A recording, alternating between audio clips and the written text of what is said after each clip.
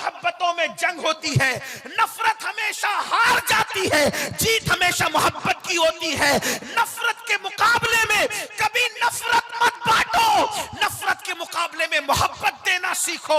اہل نفرت ہار جائیں گے، اہل محبت جیت جائیں گے۔ نہیں جانتے، اللہ اکبر، کسی کے ہاتھ میں تلوار ہے، کوئی تلوار لے کر نفرت میں بھرپور آتا ہے، آج تو محمد کو قتل کر دوں گا۔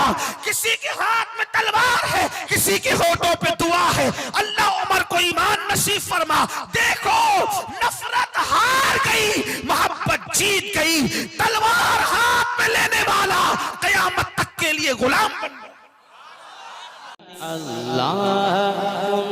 دانشور اور مفکرین سے ان کے خطابات سماعت فرما لیے ہیں، اور اب سردی کی اس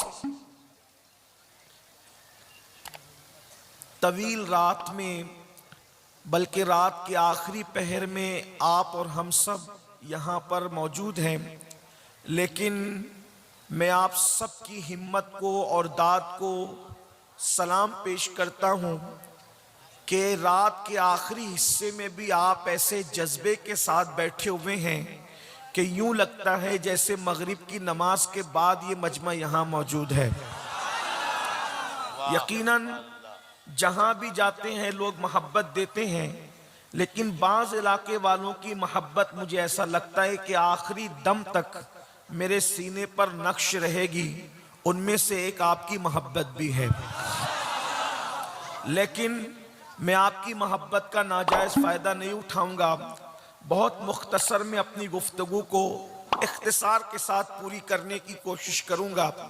حالانکہ منتظمین محفل نے مجھے بہت سارے عناوین کی فہرست سنائی ہے، اللہ کی توفیق سے کوشش کی جائے گی کہ ان سارے عناوین کو سمیٹنے کی کوشش کروں۔ اللہ رب العزت کی بارگاہ میں دعا کرتا ہوں کہ اللہ تبارک و تعالی جنہوں نے اس محفل کو سجایا، کمیٹی کے تمام ارکان، کارکنان، یہاں کے علماء کرام، ائمہ مساجد، اور جن لوگوں نے بھی جس طرح سے اس محفل میں سجانے میں جس طرح کی بھی کوشش کی، وہ یہاں موجود ہیں یا نہیں موجود ہیں، اللہ تعالیٰ سب کو اپنی شان کے مطابق بہتر صلہ عطا فرمائے۔ اور آیہ کریمہ کے جس حصے کی تلاوت کی گئی ہے، اللہ تبارک و تعالیٰ اس کے متعلق مجھے حق کہنے اور آپ سب کو حق سن کر اس پر عمل کرنے اور اسے عام کرنے کی توفیق عطا فرمائے۔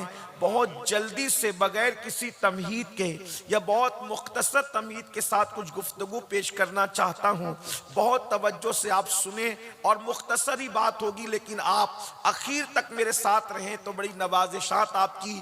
میرے آقا صلی اللہ علیہ وآلہ وسلم کے دیوانوں، اس وقت تو پورے ہندوستان میں اصلاح معاشرہ کے جلسے شباب پر ہے۔ کوئی خطہ ہو، کوئی علاقہ ہو، کوئی صوبہ ہو، کوئی ریاست ہو، ہر جگہ ایک آواز ہے معاشرے کی اصلاح، معاشرے کی اصلاح۔ اور جتنے اصلاح معاشرہ کے جلسے ہو رہے ہیں، جتنی محفلیں ہو رہی ہیں، جتنے خطبہ اور علماء کی محنت ہو رہی ہے، اس سے زیادہ جرائم بڑھتے جا رہے ہیں۔ سدھرنے والوں کی تعداد کم ہے، بگڑنے والوں کی تعداد زیادہ ہے، سننے والوں کی تعداد زیادہ ہے، عمل کرنے والوں کی تعداد کم ہے۔ اللہ اکبر، لاکھوں کروڑوں روپے روزانہ اصلاح معاشرہ کے جلسے پہ خرچ تو ہو رہے ہیں، لیکن زندگیاں نہیں بدل رہی ہے۔ زندگیوں میں جیسا انقلاب آنا چاہیے ویسا انقلاب نہیں آ رہا ہے، تک نہیں دے رہے ہیں، بلکہ ہمارے گھروں میں گھس چکے ہیں۔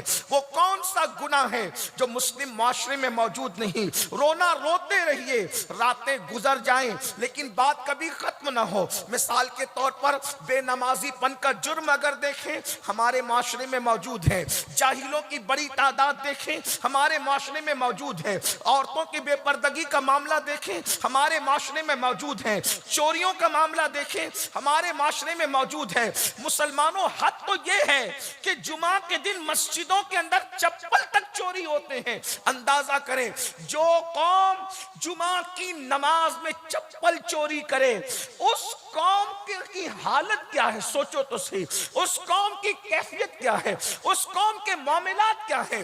چوروں کا معاملہ ہو، ناخواندگی کا معاملہ ہو، اسی طریقے سے عورتوں کے حوالے سے بدنگاہی کا معاملہ ہو، زنا کو دیکھیں، شراب کو دیکھیں، قتل کو دیکھیں، ظلم اور زیادتی کو دیکھیں، ایک گناہوں کا طوفان ہے. لیکن ان سارے گناہوں کا خاتمے کے لیے گناہ انسان کیوں کرتا ہے، انسان گناہ کیوں کر رہا ہے، گناہ کرنے کی وجہ کیا ہے؟ تو مجھے جو بات سمجھ میں آتی ہے وہ یہ ہے، شاید انسان یہ بھول گیا کہ وہ دنیا کے اندر ہمیشہ رہنے کے لیے نہیں آیا. انسان اس کو بھول چکا ہے، انسان اس کو فراموش کر چکا ہے. آئیے تھوڑی دیر، آپ نے اب تک یقیناً بڑے خطبہ کے خطاب سنے ہیں، لیکن میری قوم کے جو دانشوروں نے شاید میرا امتحان لیا ہے. میں کوئی خطیب نہیں ہوں، صرف اپنے دل کے درد کے جذبات کو آپ کے دلوں کے دروازے پہ انڈیلنا چاہتا ہوں. اور یاد رکھنا، ہم مایوس نہیں ہیں، ہم الحمدللہ ہم ایمان والی قوم رکھتے ہیں، اور قرآن نے ضمانت دی ہے وَذَكِّرْ فَإِنَّ الذِّكْرَى تَنفَعُ الْمُؤْمِنِينَ کہ مومنوں کو نصیحت کرو، کہ نصیحت سے مومنوں کو فائدہ پہنچتا ہے. نہیں اقبال مایوس اپنی کشت ویرا سے ذرا نم ہو تو یہ مٹی بڑی زرخیز ہے ساقی، لیکن یہ مٹی زرخیز کب ہے؟ اقبال نے اسی لیے تو رونا رویا، نگاہ متائے دین و دانش لٹ گئی اللہ والوں کی، متائے دین و دانش لٹ گئی اللہ والوں کی. یہ کس کافر ادا کا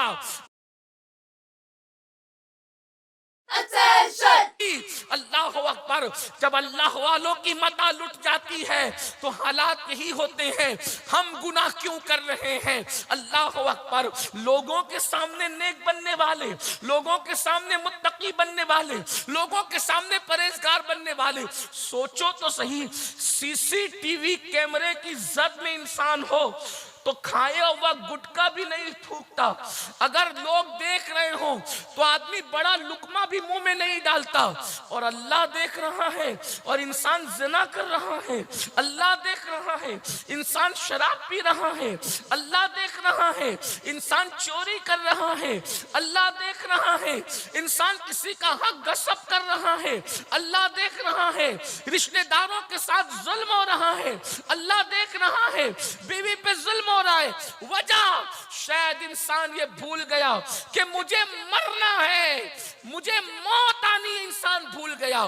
یاد رکھنا، اس دنیا میں ہمیشہ نہیں رہو گے، کوئی ہمیشہ نہیں رہے گا.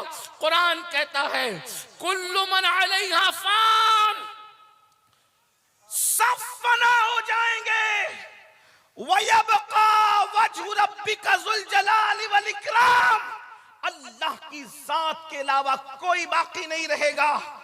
اپنی جوانی پہ گھمنڈ کر کے گناہ کرنے والوں، اپنی دولت پر ناز کر کے گناہ کرنے والوں، فرعون کی لاش پکار پکار کر کسی میوزیم سے مجھے اور آپ کو دعوت عبرت دے رہی ہے.